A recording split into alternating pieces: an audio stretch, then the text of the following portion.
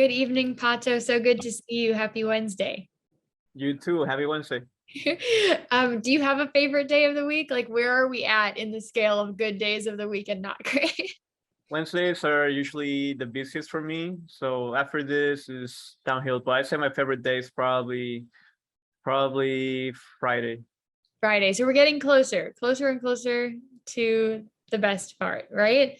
Yeah. Um, I would say that that's probably a popular opinion, that Fridays are a good day of the week. Do you have anything you're looking forward to, especially this coming Friday? Um my friend just invited me to a party he's having. So I'm doing that, I guess. That's so cool. I am trying to remember, Austin fall weather is pretty comfortable, right? Or it's still pretty hot, but like this party could be outdoors and it wouldn't be Getting crazy. better. It's not 100 degrees right now, so it's getting better. Good. Everything's on the right trajectory. It sounds like the days of the week, the weather. I'm really excited to be on that trajectory with you tonight and to have a conversation about what you do. For those of you who don't, for anyone listening, rather, who does not know, this is Pato Gomez, founder and creative director of What Excites You, also known as Way, and multidisciplinary artist extraordinaire. I'm really excited to unpack that with you today, and I'm really grateful that you're here.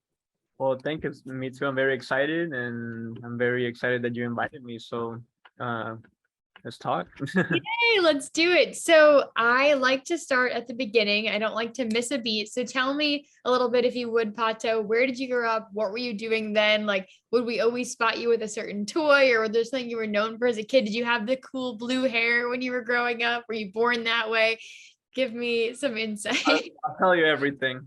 Yeah. I I was born in Monterrey, Mexico. Mhm.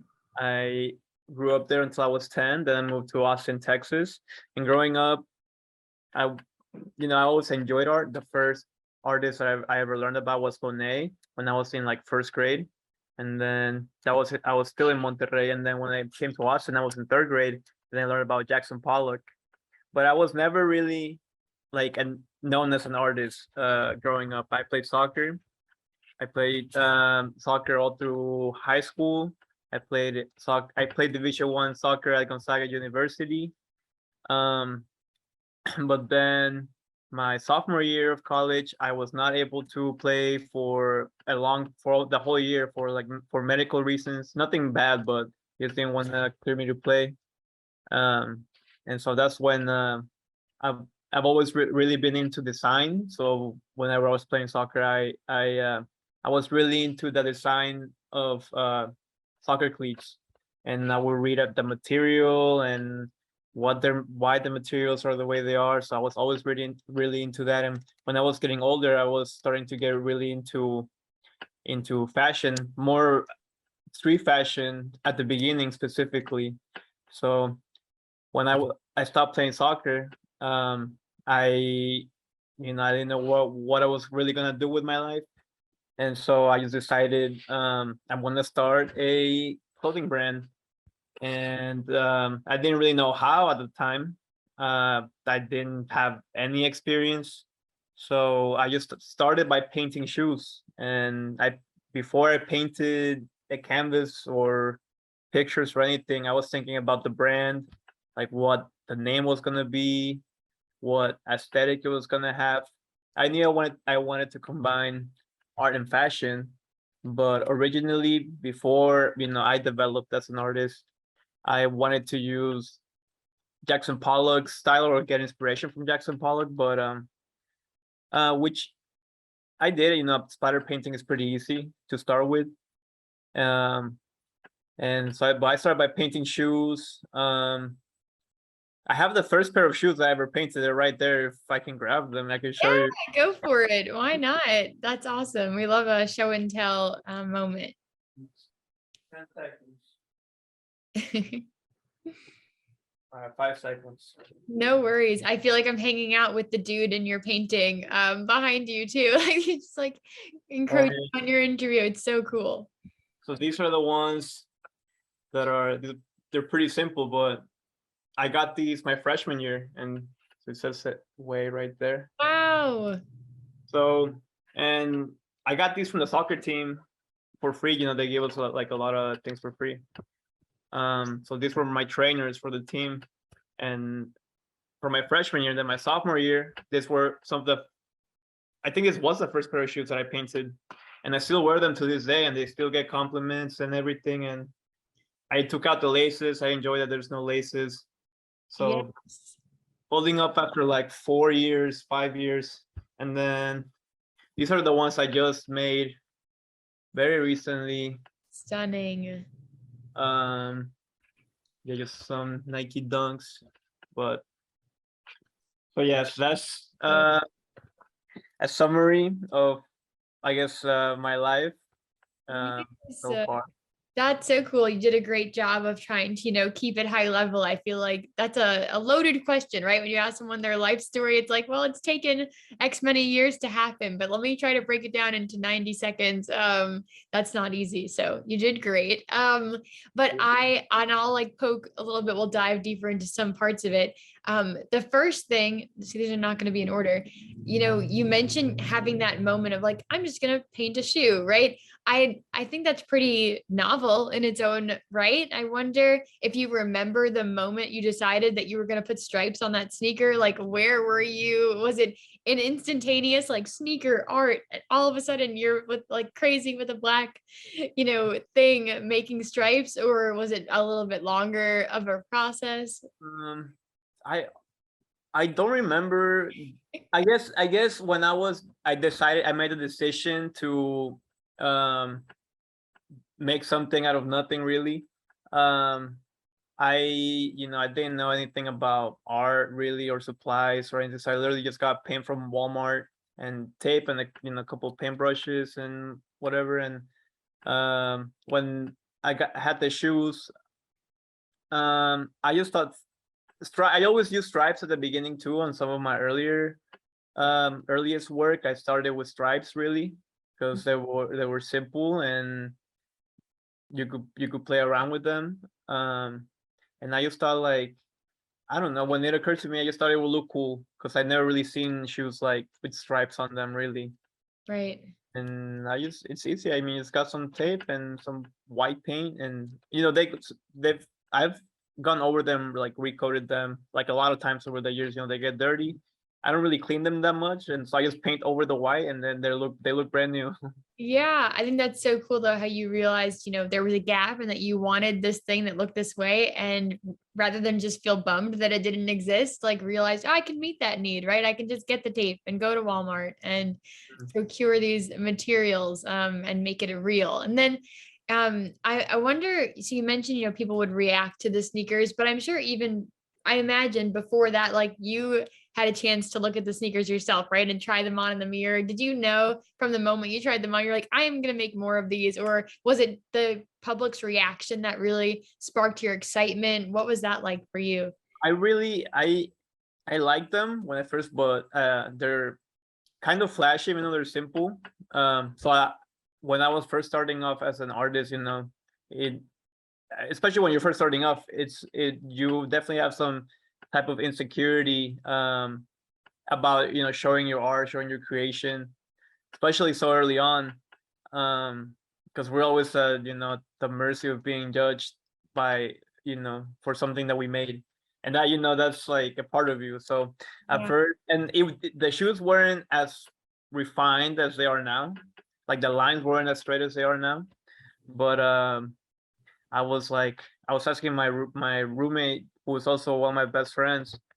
I was like, do you like they look good, right? Like, and he's like, yeah, yeah. And then when I started wearing them, and then people started commenting. I was like, okay, like then I started to trust myself a lot more, because of the compliments that I got. So I started trusting my my ideas, I guess, more. Yeah, I think that's it's like you did your own sort of market research, right? You were the test subject, you wore the sneakers in the community and witnessed the reactions. And it's beautiful to see how that evolved into, doing more stuff and having more inspiration or motivation or courage or whatever you want to Mhm. call it. I do want to go back a little bit further in your story. I remember when we were getting to know each other, you talked about maybe writing stories of characters as a kid. Do you remember anything about these characters? Was it the same character on multiple adventures? Was it different? I think I no I used they were all completely different, unrelated characters.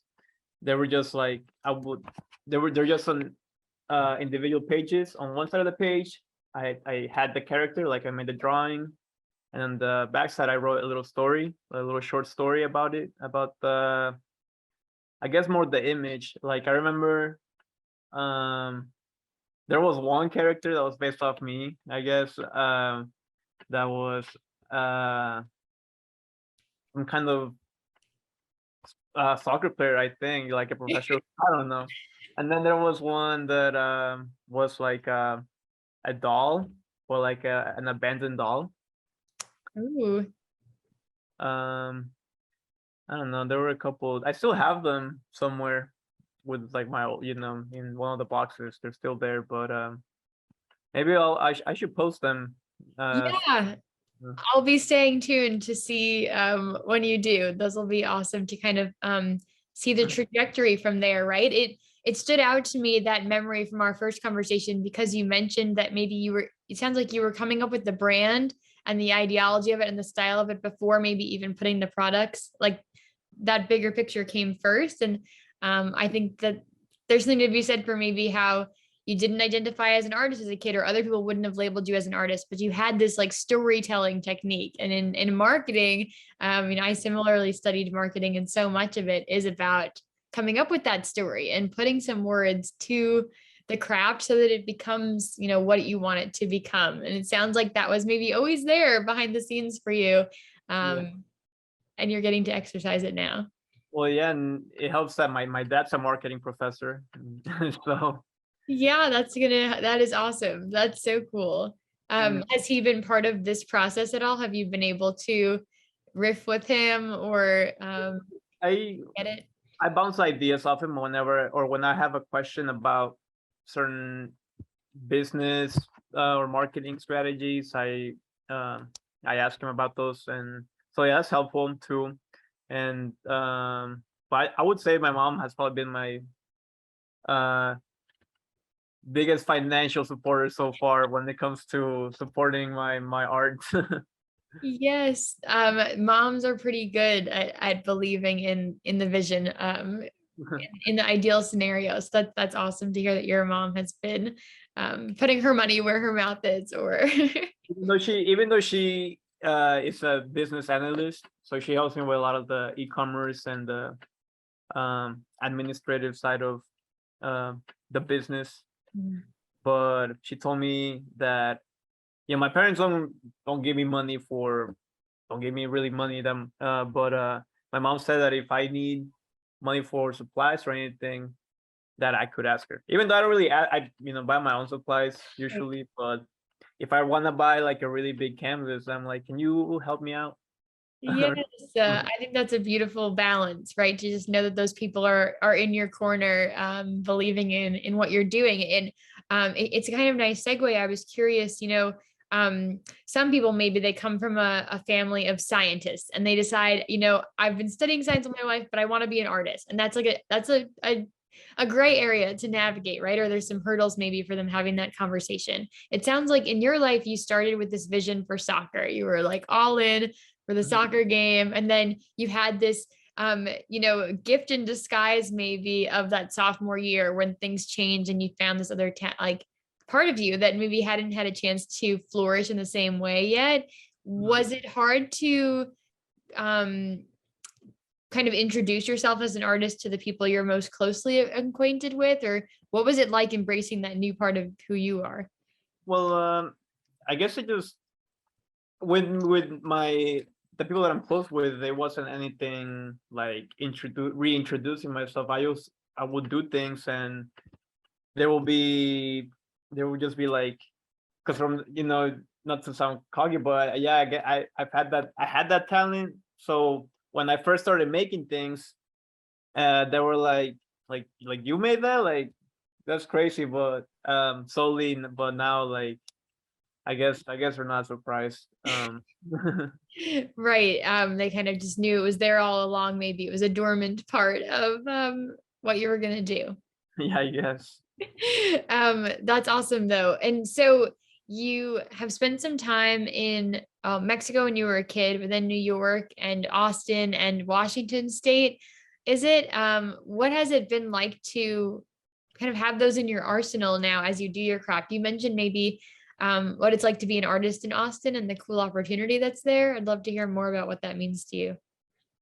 Um, well, I guess Austin. Well, since I've lived here the most out of any city in my life, I and it's been growing a lot. Like it's one of the fastest growing cities in the country. So since being here, um, since 2007, and now seeing like where it's going, like a lot of like people who've been here a long time don't really like how, because with as when you become a big city, you get like new problems, right? Like whatever. But in terms of as an artist, I saw the growth, and Austin has a lot of creative energy. It's always been a very creative, and we have Keep Austin Weird, and we're known as the live music capital of the world.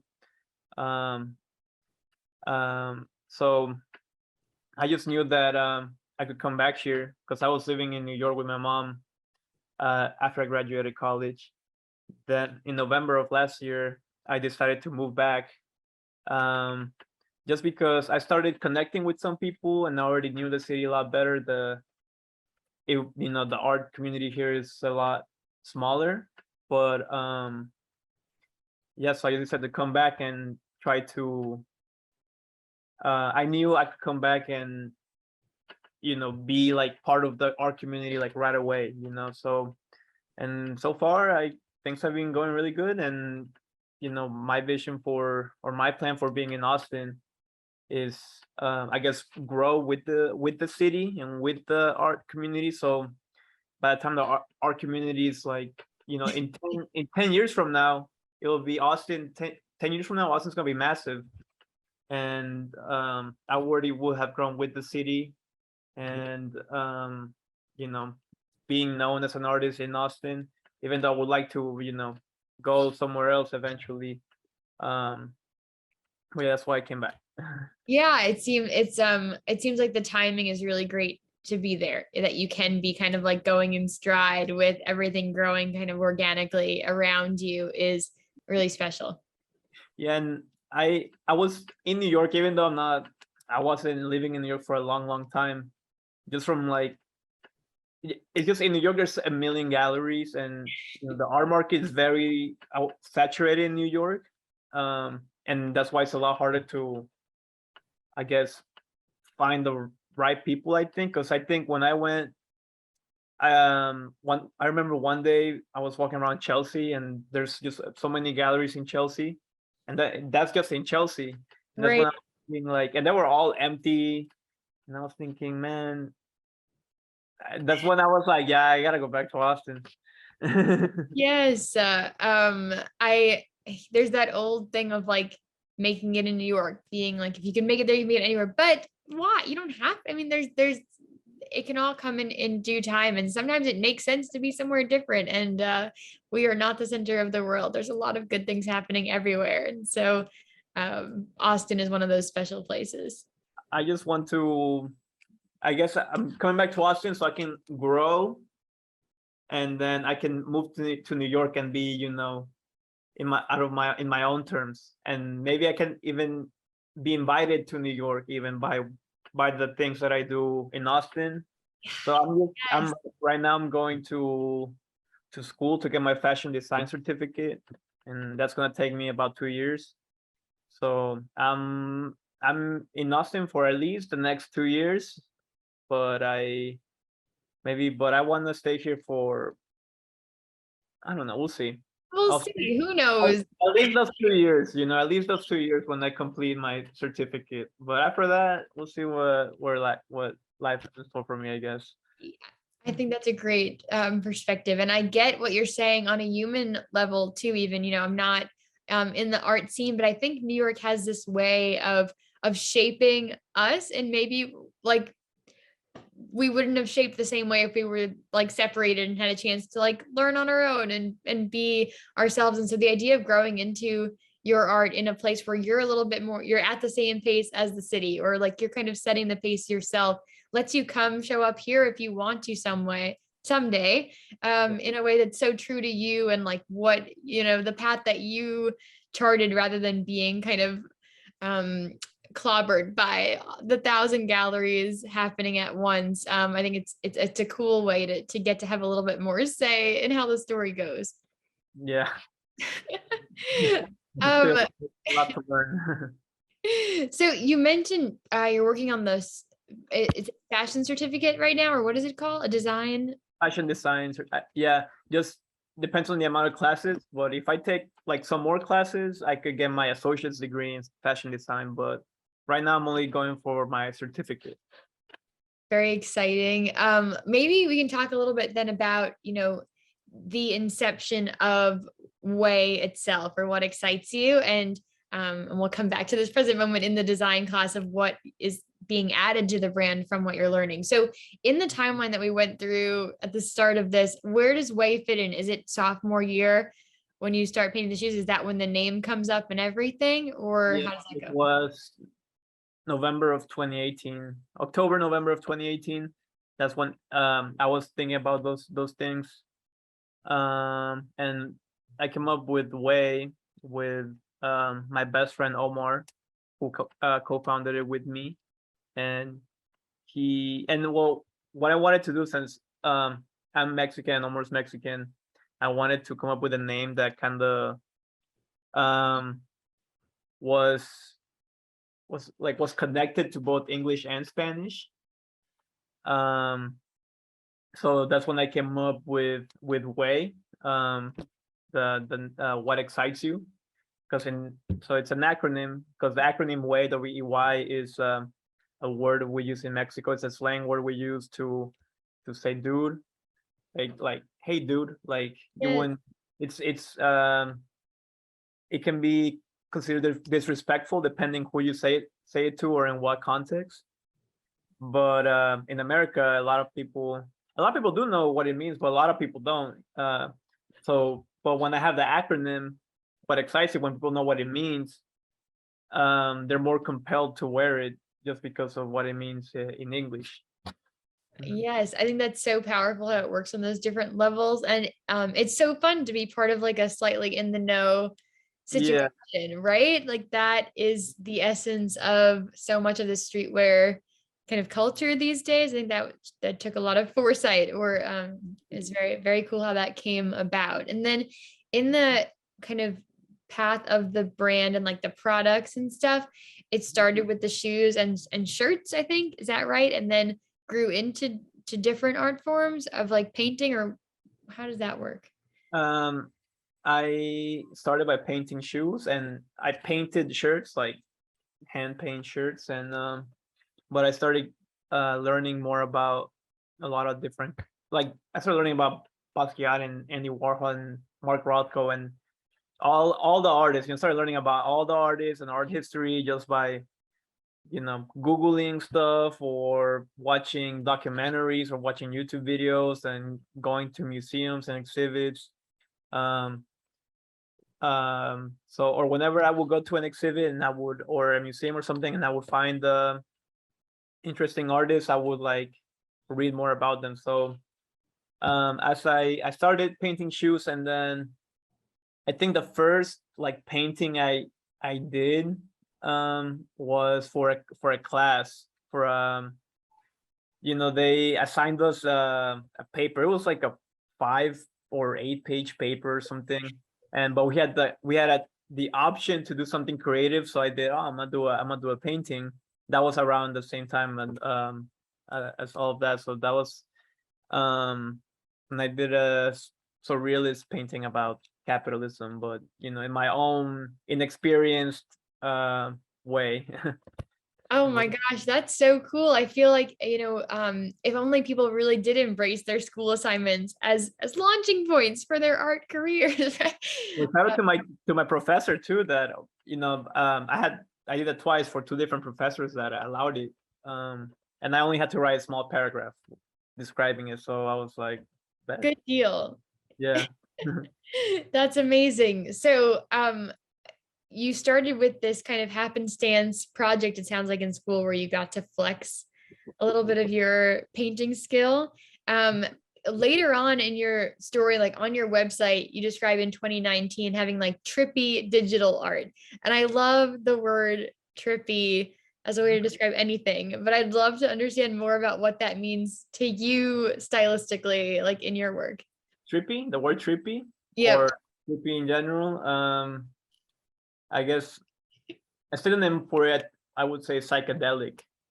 So something that, I guess, and I think a way to describe that would be becoming aware of or more aware of your own thoughts or your own perspective. I think more accurate would say. So because perspective doesn't have to be just thoughts. It can be any kind of sense that you have.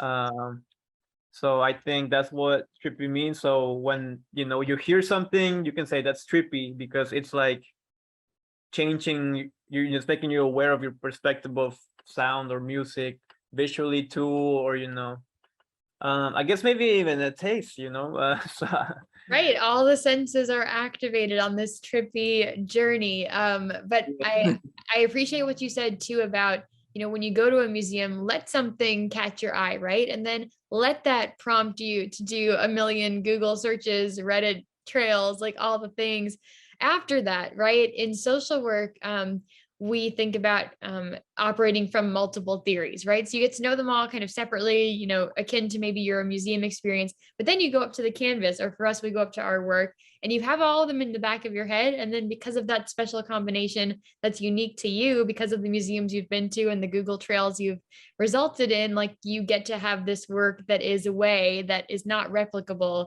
by somebody else. yeah, and I was, where I was. Okay, what was your question? Sorry, Yeah, before. this is just a compliment, I think, of just it's cool how you appreciate people's work and you let that challenge you to learn more. And then because you have all of these people in the back of your head, you get to create what Way is and who Pato is going to be as an artist, and no one else could do that in the same way. Yeah, definitely. I when I was learning, I was first, trying to mimic in some ways a lot of different artists. So a lot of people ask me like, how did I learn? I think I learned from other artists. That's the only way, really. I Yep. learned from, I guess, just by looking, just by studying their paintings, I guess, really, and then just trying different things, just trying stuff until I came up with a style that's unique to me now. But it just came from just trying new things and thinking hard. I remember when I was first starting and I wanted to make paintings. I was thinking very hard of trying to come up with ideas. And at the beginning, my ideas weren't the best. And now I was thinking very hard. So it and now since I've always ever since then I just been in the flow of being an artist, and so the ideas are there. So I'm not, because I have a lot of ideas now, but it takes a long time to do them all. Yes. So, That's probably a better problem than not having any ideas, right? It's good to have that inventory to pull from. Maybe, I don't know, maybe that's stressful if you can't get to them all. yeah, when you have I mean, you can't. Currently, I don't live off being an artist, even though I would like to. I'm trying, but especially nowadays when I finally I have two part-time jobs, and then I have being an artist. I have three jobs. Oh, and then I have school, and so it's hard to some days like today. It's hard to dedicate time to now, like, whereas before, I had a lot more time. And when I was living in New York, I was painting. Some days I was painting like 5 hours a day, Wow. really, my mom's basement. So when I was living in New York, I was churning out like a lot of paintings. And so right now it's just kind of, and and by now I've been in Austin. You know, after I graduated college, I've been in Austin for a little bit less than a year. It'll be a year in November. So I think, and as far as the things I've done in Austin, I think, I guess some people are starting to know, me and my brand and my art. And so I'm making connections. So now I feel like I feel like right now I'm just trying to balance everything, since I'm in it right now I'm in it for the long term. So right now I'm at the very beginning, and right now I'm just trying to balance everything.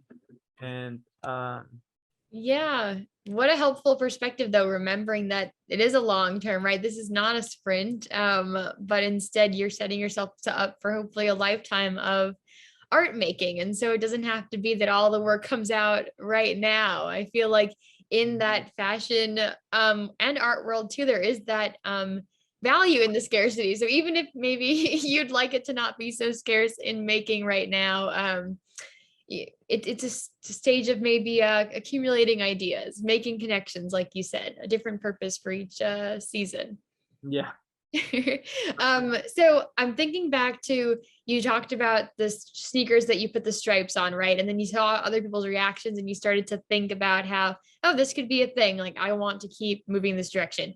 You then kind of like leveled up with your contact from March Madness who wore your sneakers.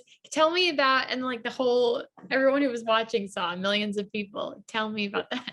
Um, um, a good friend of mine, Joel Ayayi, he's a basketball player. Well, right now he's a professional basketball player. But I met him. We were both freshmen, and I played soccer. And well, when I met him, not even as an athlete, I met him because we're both, I guess, foreign students. So at the beginning, they counted me as a international student, so I went to take some kind of test, and he was there, and then we had the same classes, like some of the same classes, so we were really tight, especially when we were underclassmen. And then the pandemic happened, and most of my artist development has been in the pandemic, I guess. But but he always supported my art and everything. And when I started painting shoes again, I hit him up and I was like, yo, let me paint some shoes for you. And he said, yeah. And I did. And he wore them in a regular season game, then he wore them again in March Madness. He wore them with 2021 March Madness, and he wore them in the Final Four against UCLA, which was the most watched basketball game in 2021 and 2020. Wow. Like, how do you have like 13 million views or something, maybe more, or I don't know, but like something crazy like that. And Crazy. and my friend wearing my shoes, he went off. He had a career high, and it was a crazy game, and he was going off, and he was wearing my shoes, and the whole school was watching that game. And it was, even now I've done a lot of cool things with art, but that's probably like my top moment as an artist, my best moment as an artist was Yeah. probably he wore those shoes. He wore them again in the national championship, but we lost. So Yeah. But it's so true to your passions at the intersection of like sports and fashion and wearing and art. And I can understand or imagine why that would be a tremendous highlight for you. But also I think it's such an encouragement, even in this season of not being able to make as much as you'd want, like that was one pair of shoes and they made such a difference and they reached, so many millions of people, and it didn't require having this huge backlog of created things, right? It was one thing that you made that had this amazing kind of trail of events happen from it, or a lot of visibility. So it could just be the one work behind you that the whole world gets to see. yeah, so now I obviously I love sports, so I would right now what I'm trying to do, I would like to get involved with the Austin FC, or the players that play at Austin FC, and customize cleats for them or something.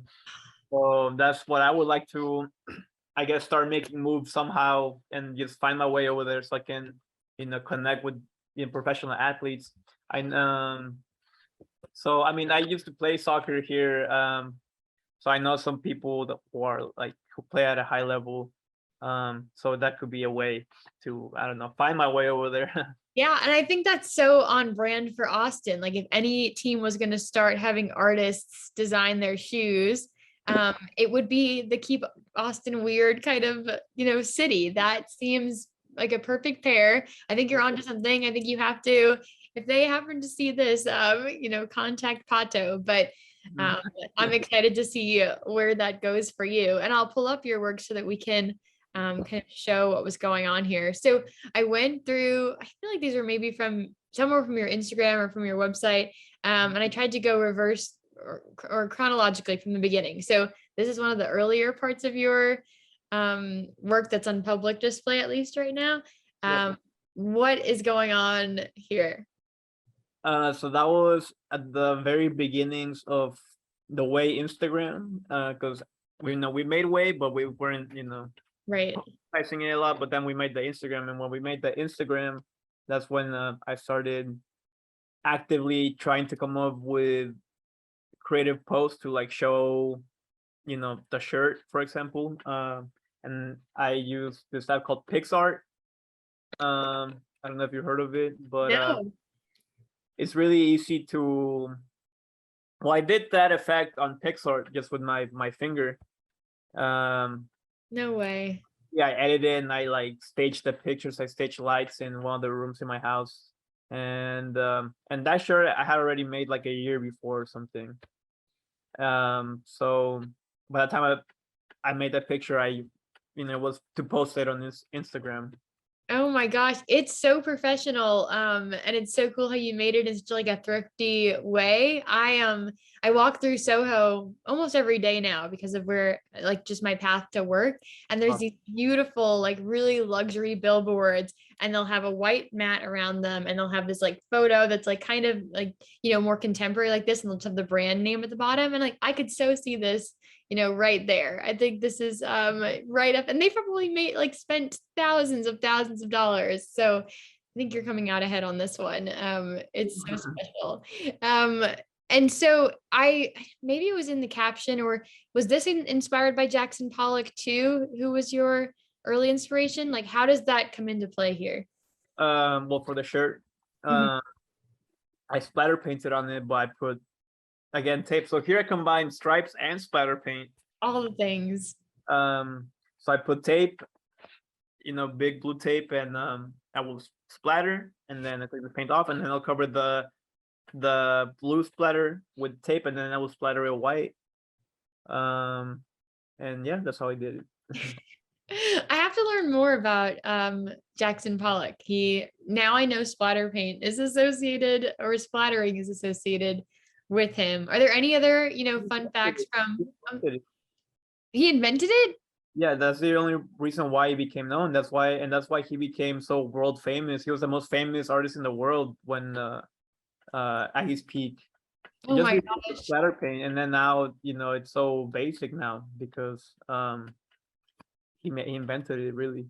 That is wild. Okay, so I really have a lot of Googling to do after this. You'll catch me late tonight, still on the web, getting my mind blown about this man and his splattering of things. Are there any other favorite like fun facts about some of the artists you're most excited about that are good for Well, like dinner party conversation that I could take into my weekend? Jackson Pollock's wife, whose name is Lee Krasner, is also a world famous artist, and her work is in the MoMA too. And her work is in like one of all the most famous museums. Oh And my gosh. like, do you know Willem de Kooning? Um, I do know the last name, but I don't know why. Well, he's also an abstract expressionist. They were all. This is why I like. It was easy to learn about all these artists because they were all. In history, you learn about the history of art and what's happening in New York in the what time was it? In like the 40s. Yeah. All these artists were in New York, and like Jackson Pollock and William de Kooning. William de Kooning's wife, Elaine de Kooning, she's also a major artist who also has a lot of work in all these museums too. So those two artists, they were both married to artists as well who were all just as good as them. Oh my gosh, what rock star couple energy kind of in this Well, cohort. That's awesome. Well, thank you for sharing those with me. Now I can go into my weekend too and have just some fun facts to share with the world. So that's gonna I love talking about other artists. be good. Yes. And other people will be talking about you and this stuff. So tell me more about, if you would, about what we're looking at here. There's some other athletes, maybe Yeah, sports so product. the shoes I made for Joel, my friend Joel, who wore them in the March Madness, and he got drafted by the Lakers. He's not with the Lakers anymore, but at first he was drafted by them. So um, I was gonna go to California to show art in a gallery in Laguna Beach. So I invited him, and he had given me that pair of shoes before I left college. Before we went our separate ways, he gave me two pair of shoes. And so I painted these and I brought him back to California, and then he came to the gallery and I gave him those. And then on the other side, that's we're not as good as friends as me as Joel, but he's also a really nice guy who his name's Corey Kispert, and he's also a professional basketball player. He plays in the NBA for the Washington Wizards. And well, it was funny because they were already in the NBA. They were both in the Washington Wizards, but they came to play the Brooklyn Nets while I was in New York. And I hit up Joel and I told him I was gonna be there. And then so we got to the game really early, and I saw them. It was really early. The stadium was almost empty, and they were like kind of warming up. And but him and Joel were just sitting. And then so like I waved them down, and they're like, let me go. Like I was kind of like courtside. I was on the court basically, Wow. and I was talking to them, and I was wearing that. Well, not the exact same hoodie, but I was wearing that hoodie. Um, and I'm pretty sure I wore it specifically just to like show them because I wanted to sponsor them. So I was wearing, because he asked me also like what you been up to, and I was like, oh, I've been up to this, and that's when I started giving my whole pitch. And then I was like, and I told him both of them like, I want to send you something. It's like, yeah, for sure, I'll rock it. And then so I DM Corey, and then I sent him one, and we were messaging, and he wore it, and he wore the hoodie while they were traveling. And the Uh, official it's funny, kind of funny, but the official Twitter account for Japanese Twitter account for the Washington Wizards posted posted this picture along with a couple others, but posted this one. So I was excited to see that the Washington Wizards, the Washington Wizards posted my Corey wearing my hoodie. So I was excited too for that. yeah, that's such an accomplishment. That's so exciting. And I think part of your method of making this happen, I was really thoughtful, was like you took the effort of going there and waiting the several hours, right? And wearing the product and being willing to have the in-person conversation that could then back up the DM that came later. That it was a few steps in the making, it sounds like. And I think that really makes a difference for people wanting to support the thing you're doing, because you took the time to really like show up and make the connection. Yeah, I guess. But these guys, they're really awesome guys, and I've known both of them since we were like 19.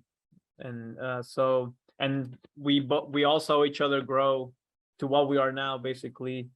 Obviously they played basketball together, so they're a lot closer, but they're both really nice and they're both very supportive. So yeah, I was very thankful that they they're supporting me this way. Yeah, that's so cool to see how, your friend group as kids, or even your acquaintances as kids, all grow up and do really good at the things that they're supposed to be doing. It sounds like that's the case with these guys in your little circle. Yeah, That's awesome. Okay, so the next one is more current, and this is the work that I saw from you that made me want to learn more. So I'm really excited to hear from your perspective how this all fits together in way and where it came from and whatever you want to share. Well, first off, well, here Oh both, my gosh. Yes. so here both of them. But okay, we'll start with the one that's right behind me. Perfect. Because that was the first one that I made. Yeah, okay, well, I wanted to, well, that this was when I came up with my style, I was, trying to do as many different things with it as I could. And I knew when I was gonna do this painting that I wanted to combine my, abstraction with surrealism, I guess. So I wanted to put some kind of human figure in it and combine the two in some way. And I had the idea of like the person coming out of the painting. And I knew I wanted to do like basically all of one color, so I did blue and orange, because they're contrasting colors. And I was like, and then I like that the guy is he's very noticeable. Like he just makes the painting a lot better. um and so now with Way, I always had the idea to use the pattern. You can call it, I call it the Pato print or the Pato pattern. I uh love it. I always wanted to put it on clothing, like how it is in the painting on the other side. um so now, um a 1 year apart, I used this same painting for the Way summer collection. The Way, so that shirt and those shorts, and even that those pairs of shoes that the guy's wearing, the guy has in the painting, like they exist in real life. So a big part of Way, like a big idea I have for Way is making paintings that also serve as ads for the brand. So when I die, and years from now, all these paintings that I'm gonna make, they're still gonna be here, and they'll still serve as ads. And you know God willing, if Way still, if it's a big brand or a big company or whatever, when I die, then all these paintings will still be relevant, as long as Way exists, I guess. So these paintings will always be relevant. Or even if Way doesn't exist, they'll be relevant maybe 1,000 years from now. Way won't exist, but the paintings will, and archaeologists are gonna find these paintings. I don't know. I I'm think excited for that. That's awesome. I've been reading a lot about dinosaurs lately and the discovery of dinosaur bones. And so maybe this is the next generation of fossilized Way paintings. I don't know. I don't need to be a bone to be a fossil, but anyway. I think it's I always think about that with my art, because it's like, oh, when I died, the art will still be here. That everything I made will still be here. I guess everything. Well, hopefully I do other things that, but in terms of tangible things, Right. physical things, like they're gonna be here. Yeah, that's a trippy thought. It goes well with the trippy kind of theme. But it's very valid. And I love the little creature on the bottom of the art that you were talking about. Do you think that um that creature will become kind of a signature of Way, or is that unique to this iteration of what you are doing? Is it one of your like staple characters or more of a one-off? I don't know. It's now that I'm working on the Way Winter collection, it's kind of hard because not all my paintings, I can't do the same painting but in different colors over. I don't know, maybe I can, but as an artist that gets boring. And so right now the painting is just the pattern for now. But I do want to, so I don't know, I think I don't want it to be, I want it to be just for this. maybe I can bring him back, but he is iconic, or no, he's not. They are iconic. Sorry, I didn't mean to misgender my. It's iconic. The thing. They, there's no gender in There them. you go. There you go. It it But feels yeah. iconic though. I appreciate that. And then the man holding the sneaker, were you thinking at all about that art of the man with the pitchfork? Because that's the vibe I get a little bit. No, but I feel like I've heard. I don't know if you mentioned that last time, but I don't think so. So maybe it's sounds something else. familiar. It sounds. I feel like somebody already commented that in some Like way. in a great way. Like I Yeah, love of it. course. So yeah, no, I thought that's funny with all the time you've spent in museums, maybe that seeped in somewhere. Well, I did. I did get it from a painting from one of my favorite artists. His name is Rene Magritte. And this painting, you probably know it. It's very well known. It's the one with the apple. It's the apple that covering the man's face. Yes. I got it from that pretty much. Oh, I love that. And what is covering the man's face in this one? So you can really see on the Fabulous. on the computer screen. I will stop the share so that we can really see on yours. So it's a QR code that I was throughout the summer. I was putting it. It's a sticker, and I was putting this sticker all over the streets of Austin. But it's a coupon, pretty much 15% off anything on the website. So if you scan the QR code, it takes you to a secret link within the website. It tells you the 15% off code you can use. Oh my gosh. We love feeling like we're in the know, right? Or we got a good deal or found a good thing. I think that's very clever and very fun. Thank you. And that's an actual sticker on the painting that I put like Gorilla Glue in the back, and then I went I painted over the painting over the sticker once I no, before I glued it. I painted on the sticker, then I glued it to the painting. Oh my goodness. I feel like I would, if I had, invested all the time in the painting, I would have been so nervous putting the sticker on and like getting it just right. I think it turned out wonderfully, but I can imagine that'd be stressful. I was a little bit nervous. A little bit nervous. Yeah, no, I get that. I think that's a cool segue too, though. So, this phrase of like a social perspective of brands, I feel like it's come up when we've talked before, come up in like how you describe, why this all is, interesting to you. And that sticker method too, I think is a very social component that you tried to bring to your brand in this summer iteration of what you made. Tell me more maybe about that role of a social perspective of brands, what it means to your work. Well, it's art is perceived valuable when the social perspective considers it valuable. It doesn't really take one person, so that's why art, paintings, and visual art connected with the brand is pretty much the same. An artist is a brand. Jackson Pollock is a brand. His paintings is part of the brand. So it's basically the same thing.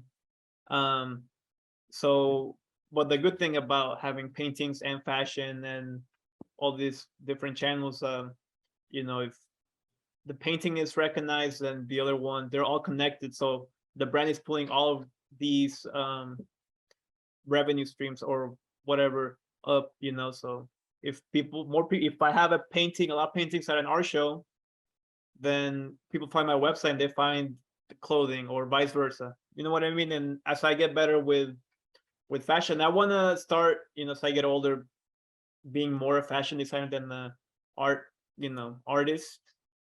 But yeah, it's all about social perspective when it comes to way, like with the name, with art. But what I think a big part about something that I've learned about developing a brand, I think you just have to find a way to be unique, I think, really.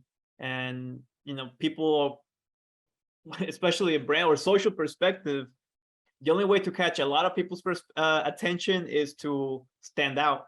Yes.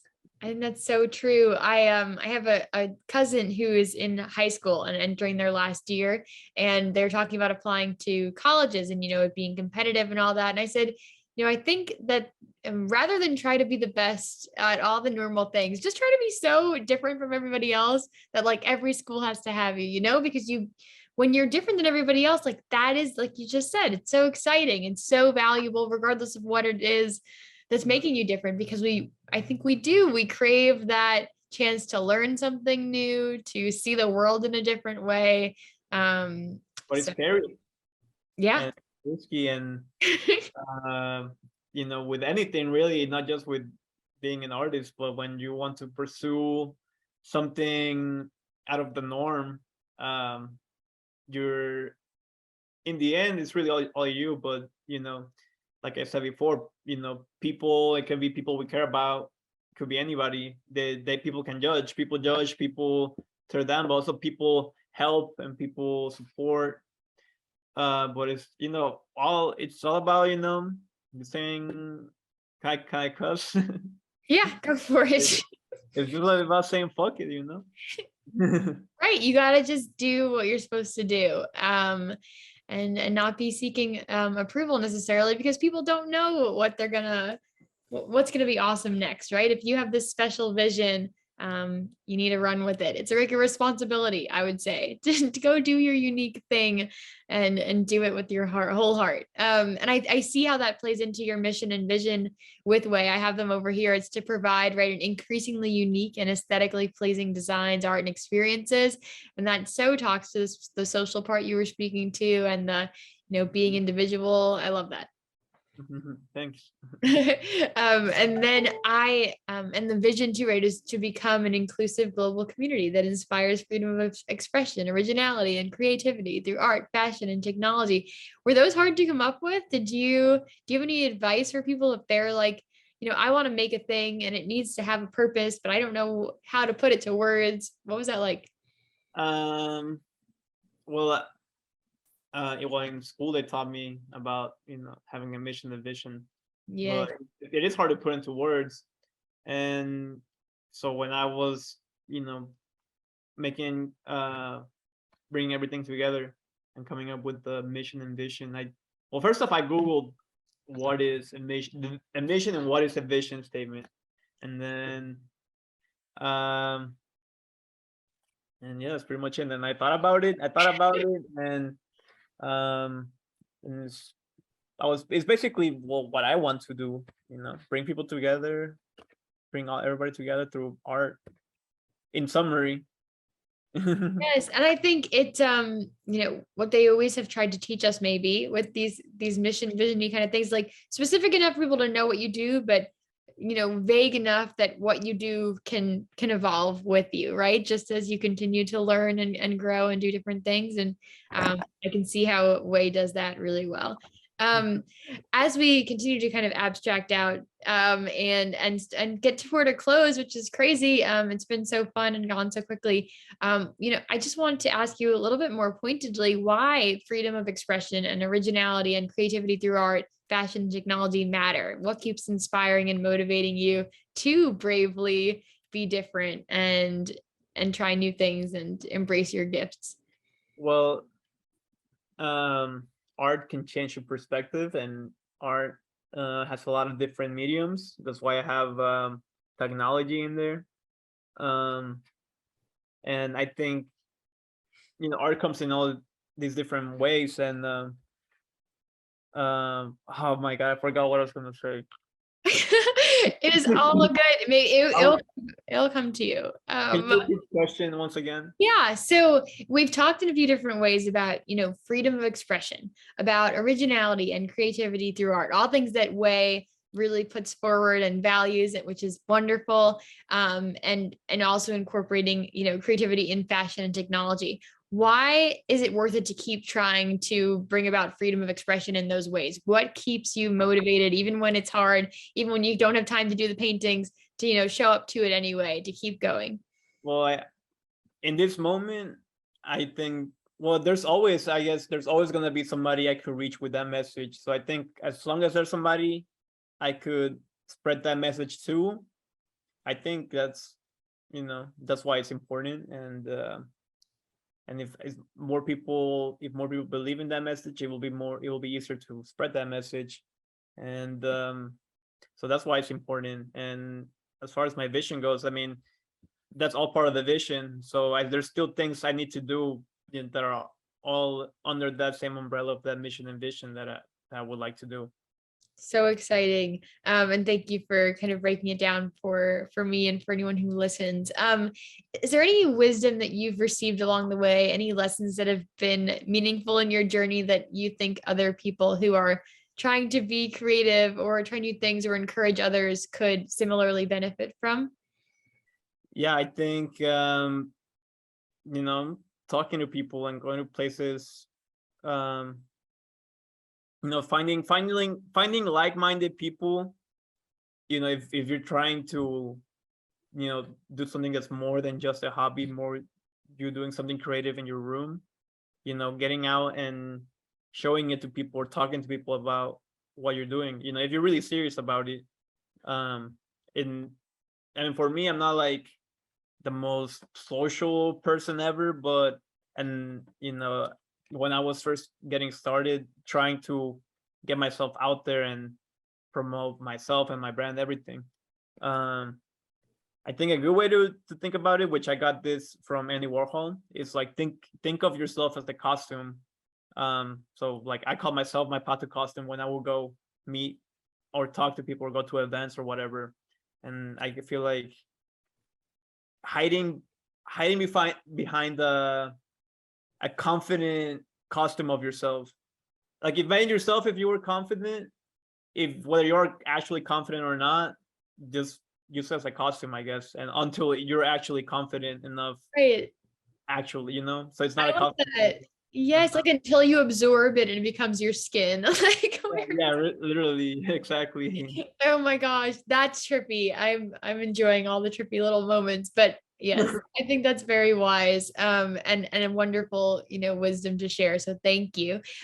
Finally, what do you want people to leave knowing about you and your work that hasn't been said, or you want to say more specifically? And what are you looking forward to right now? And that could be related to your work. It could be related to the party on Friday. It could be totally different.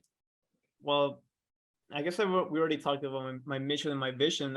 If I want to say something to whoever is seeing this, is buy some art, support artists.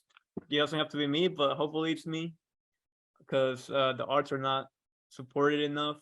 Right. And I'm trying. That's another thing I'm trying to do. I would like to change that social perspective of fine art. So if you want one of my paintings, I would love to sell. I'm trying to. I have so many paintings right now. I have a lot of them that I'm trying to sell. So Yes. Okay. So check out the Instagram for Way and for Pato and DM you, right? And you'll show them the work and yeah, if you go to my Instagram or my website, you can DM me or whatever. Any email, DM. You can go to contact us on my website or whatever. Anything. You you're send me. reachable. That can't be the excuse, right? There. I'm reachable. I'm always on my phone. Oh, amazing. And what are you looking forward to? um, I don't know. I mean, I'm looking forward to a lot of things, really, but I'm looking forward to tomorrow. Really, honestly, I'm looking forward to tomorrow. Yes, that is always a good thing. It's going to be Thursday. It's going to be hopefully a great day. Yes, I hope you have a great Thursday as well. There you go. Well, it has been such a privilege and a pleasure to get to know a little bit more about you, Pato. I feel like we've been part of each other's like Instagram worlds for a little bit now, but to actually get to sit down and have a conversation is something I am really appreciative of, and I'm excited to share it with my little corner of the world. So thank you for being here. Thank you. Well, thank you for inviting me. Hopefully, when I'm in New York, we can link up or something. Yes, we're going to learn more about Pollock and the splatters and whatever we can do. Yeah, we can go to the MoMA and then I'll teach you everything. I'm so excited.